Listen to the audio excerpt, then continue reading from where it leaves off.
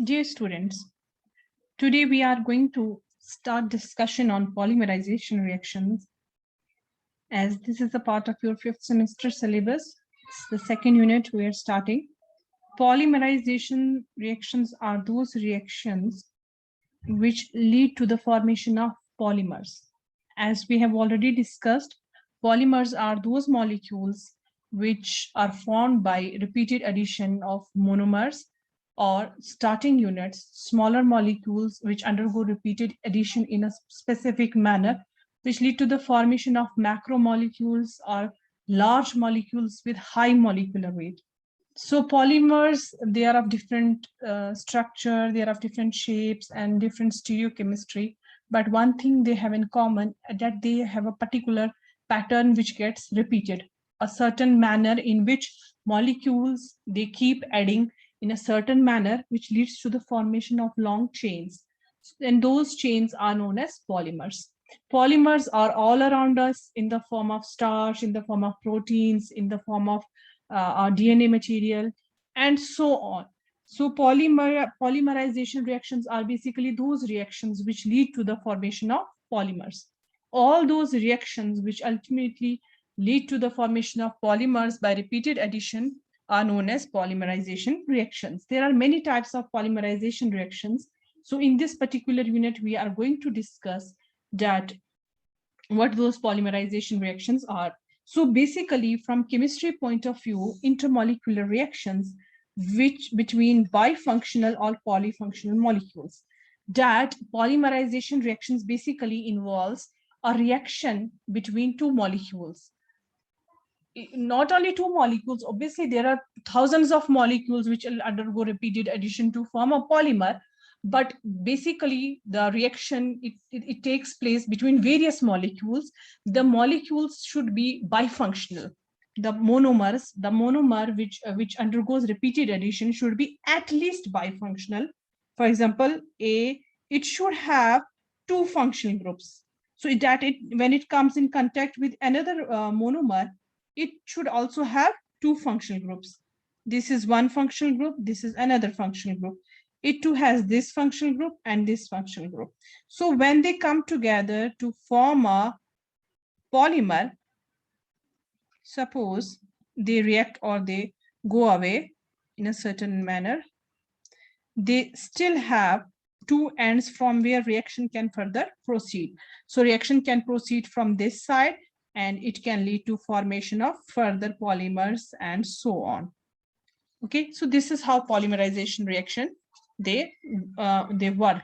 So for example, I will give one reaction over here. For example, this is a simple molecule, it's amino acid.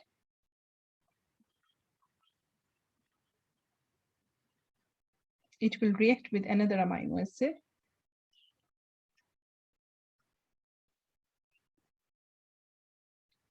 So both these molecules of amino acids, they are bifunctional.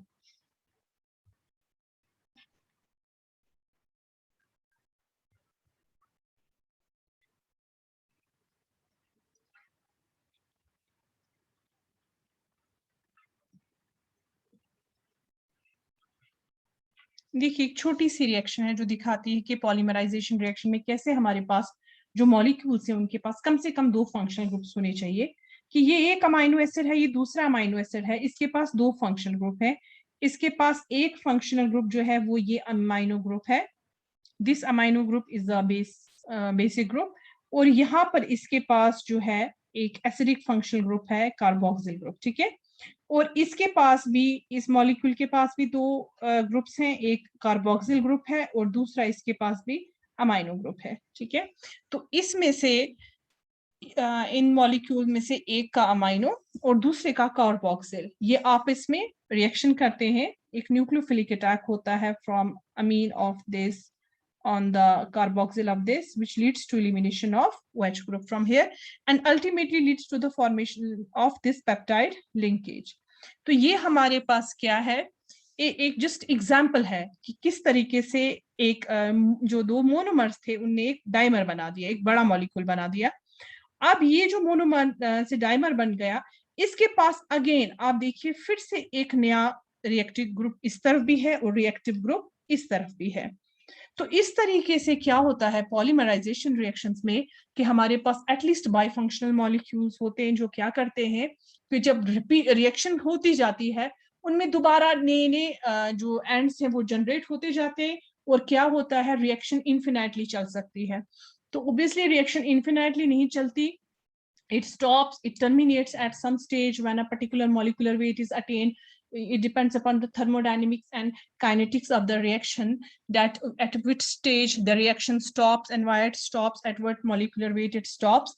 So but it has a tendency to go on and on and on जब तक के इस ये stability molecule की maintain रह सकती है।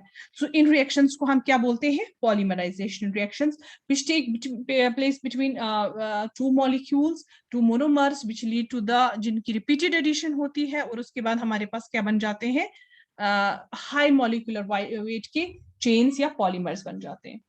तो there are various types of reaction जिनसे हमारे पास पॉलीमराइजेशन रिएक्शन होती हैं। उनमें सबसे इंपॉर्टेंट हमारे पास जो कॉमन रिएक्शंस हैं those are known as polycondensation reactions.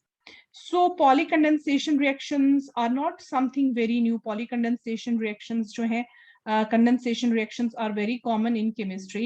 Condensation reactions उन reactions को बोलते हैं जिन reactions में जब दो molecule आपस में react करते हैं, कोई भी दो मॉलिक्यूल आपस में रिएक्ट करते हैं तो उनमें एडिशन हो जाती है, जो नया प्रोडक्ट बनता है उसमें क्या होता है ये एक एडिशन प्रोडक्ट बनता है और इसमें क्या होता है removal of neutral small molecule takes place. इसमें removal of a small molecule जो है वो क्या होता है it takes place.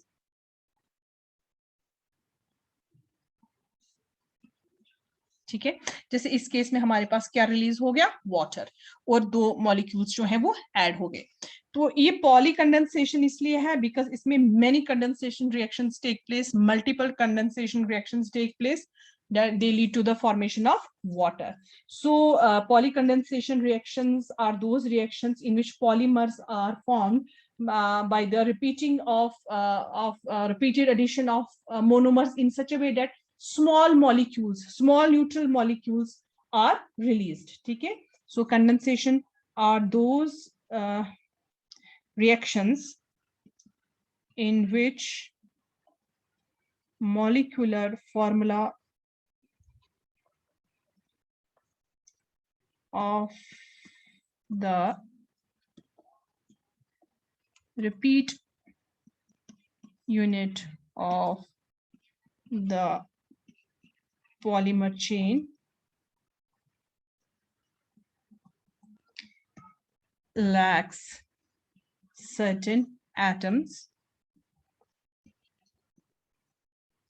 present in the monomer. तो मोनोमर में हमारे पास सर्टेन जो एटम्स होते हैं they are not present in the final polymer. उसका रीजन यही है कि जब ये इसमें एडिशन होती है तो उसमें सर्टेन मॉलिक्यूल्स जो होते हैं वो क्या करते हैं रिमूव हो जाते हैं। इसमें एक्चुअली कोई अनसैचुरेशन नहीं होती है कि एडिशन से जो है वो मॉलिक्यूल सैचुरेट हो जाएगा। इसमें जब एडिशन होती है तो वैलेंसी जब बराबर होती है तो क्या होता है कि कुछ neutral molecules, most of the cases में it's water but it can be something else also, smaller molecule they get released. For example जैसे कि अभी जो मैंने एग्जांपल दी वो भी पॉलीकंडेंसेशन के एग्जांपल है, बट मैं एक और एग्जांपल यहाँ जैसे ये एक डायोल है, इसकी रिएक्शन जब हम एक डाइकार्बोक्सिलिक एसिड के साथ करेंगे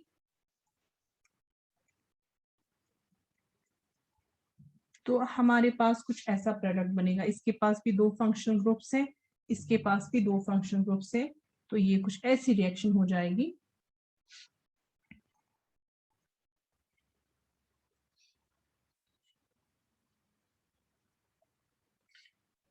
I'll write in other color, true molecule यहाँ से आ रहा है।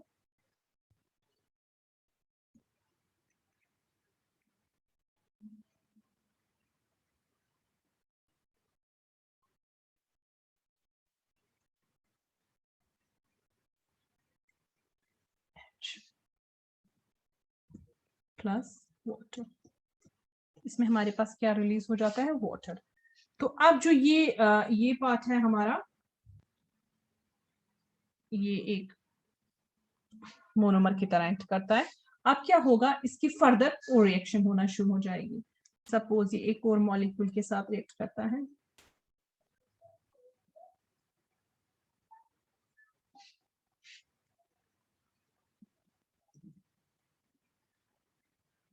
तो अब ये डाइकार्बोक्सिलिक एसिड जो है वो इस साइड से इसकी रिएक्ट करेगा और हमें मिल जाएगा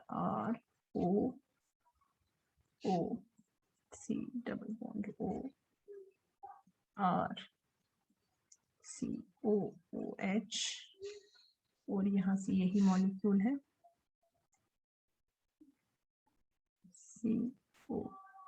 COR-C डबल बॉन्ड OH। तो देखिए अब क्या है, इसके दोनों तरफ पे आप कार्बोक्सिल ग्रुप से, now it will react with another diode, तो इसमें भी हमारे पास एक वाटर मॉलिक्यूल रिलीज होता है। So these are polycondensation reactions. ये वो रिएक्शंस होती हैं जिनमें हमारे पास क्या होता है कि इन रिएक्शंस में हमारे पास रिपीटेड एडिशन तक होती है, तो एक न्यूट्रल मॉलिक्यूल जो है वो रिलीज हो जाता है। तो अभी तक हमने देखा कि पॉलीमराइजेशन रिएक्शंस वो रिएक्शंस है जिनसे हमारे पास पॉलीमर्स की फॉर्मेशन होती है। ये इंटरमॉलिक्यूलर रिएक्शन है, इसमें कुछ साइक्लिक और रिंग स्ट्रक्चर नहीं बनना चाहिए। इसमें जो है हमारे पास लीनियर स्ट्रक्चर बनना चाहिए, चेन टाइप बननी चाहिए। तो इसमें जो है हमारे पास मोनोमर की रिपीटेड एडिशन होकर लॉन्ग चेन्स बनती है। तो सबसे common type of polymerization reactions जो है वो हमारे पास पॉलीकंडेंसेशन रिएक्शंस है। इन रिएक्शंस में हमारे पास एक जो है एक न्यूट्रल मॉलिक्यूल रिलीज हो जाता है जब भी दो मोनोमर यूनिट्स जो है दे कंबाइन और कम टुगेदर। तो इन रिएक्शंस को हम पॉलीकंडेंसेशन रिएक्शंस कहते हैं। तो जो पॉलीकंडेंसेशन रिएक्शंस हैं वो generally they are of two types. एक है हमारे पास चेन पॉलीमराइजेशन, और दूसरी टाइप ऑफ रिएक्शन जो है हमारे पास, both these types of reactions are polycondensation reaction. दूसरी है हमारे पास step polymerisation. Both these reactions are a type of polycondensation reaction. Chain polymerization reaction जो है, इसमें क्या होता है कि जो हमारी रिएक्शन होती है उसमें क्या होता है, जो हमारी चेन बनती जा रही है उसमें क्या होता है, एवरी सिंगल स्टेप में जो चेन बनती है उसमें एक एक मोनोमर ऐड होता है, एक एक मोनोमर ऐड हो रहा है। तो जब ये चेन जो है एक सर्टेन लेंथ पे पहुंच जाएगी तो उसके बाद ये वाली चेन की फॉर्मेशन बंद हो जाएगी और एक नई चेन शुरू हो जाएगी। ठीक है, इसमें क्या होता है कि एक ही चेन, आप आराम से समझने की कोशिश कीजिए कि only growth reaction adds repeating unit one at a time to a chain. इसमें जो रिएक्शन हो रही है ना, सेम रिपीटिंग यूनिट जो है उसमें एडिशन होती जा रही है, सॉरी सेम चेन में एडिशन होती जा रही है, सेम चेन में एडिशन होती जा रही है। ठीक है, और इसमें क्या होता है कि मोनोमर की कंसंट्रेशन स्लोली डिक्रीज करती है, स्टेडीली डिक्रीज करती है, स्टेडीली डिक्रीज होती है। That means at the beginning of the reaction अगर हमारी मोनोमर की कंसंट्रेशन जो है it's very high, the concentration of a monomer is very high, it shows a steady decrease. ठीक है, जैसे जैसे ऐड होते जा रहे हैं monomer with time, as time is proceeding it shows a decrease in its concentration. और इसमें क्या है, high molecular weight polymer is formed at once.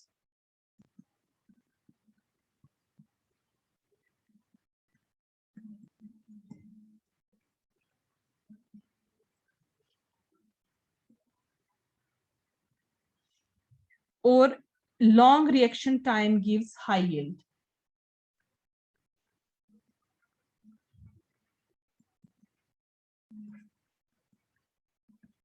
देखिए इसमें क्या होगा, रिएक्शन जितनी ज्यादा देर चलेगी उससे क्या होगा, पॉलीमर की फॉर्मेशन उतनी ज्यादा होगी।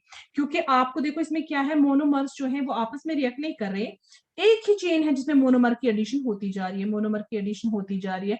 उस वजह से मोनोमर की कंसेंट्रेशन स्टेडीली डिक्रीज हो रही है।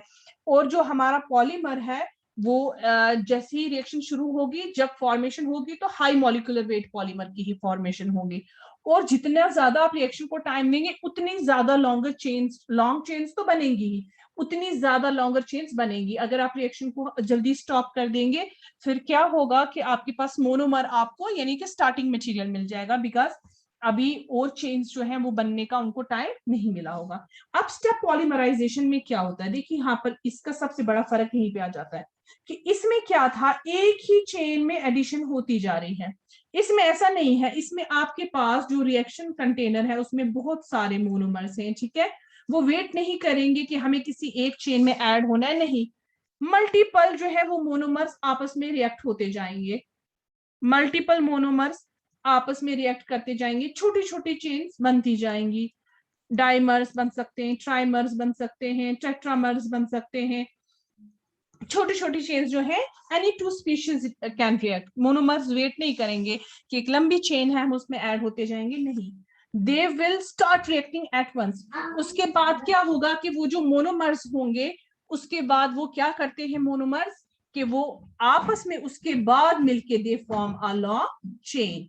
वो चेन जो है उसके बाद बनती है। फिर जो ये छोटे छोटे 2-2 यूनिट्स के, 3-3 यूनिट्स के, 4-4 यूनिट्स के मोनोमर्स होते हैं वो आपस में जुड़ के क्या बनाते हैं, एक हाई मॉलिक्यूलर वेट पॉलीमर बना देते हैं। इसीलिए इसको बोलते हैं step polymerization. That what happens that in this particular multiple steps takes place. There are multiple monomers that are coming together and they are undergoing polymerization or dimerization, and after that they come together, those smaller units they come together to form a larger unit.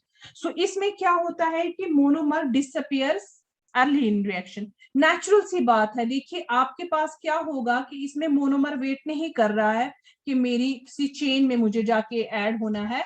इसमें monomer once they come into the reaction they just disappear, they just you know what they do, that they at once they will do that, they will dimerize, they will react with other monomers, so that even after, just after 5 minutes you will not find any monomers in the reaction mixture. So monomers they disappear very early in reaction. So that means in the starting of the reaction the monomers are here.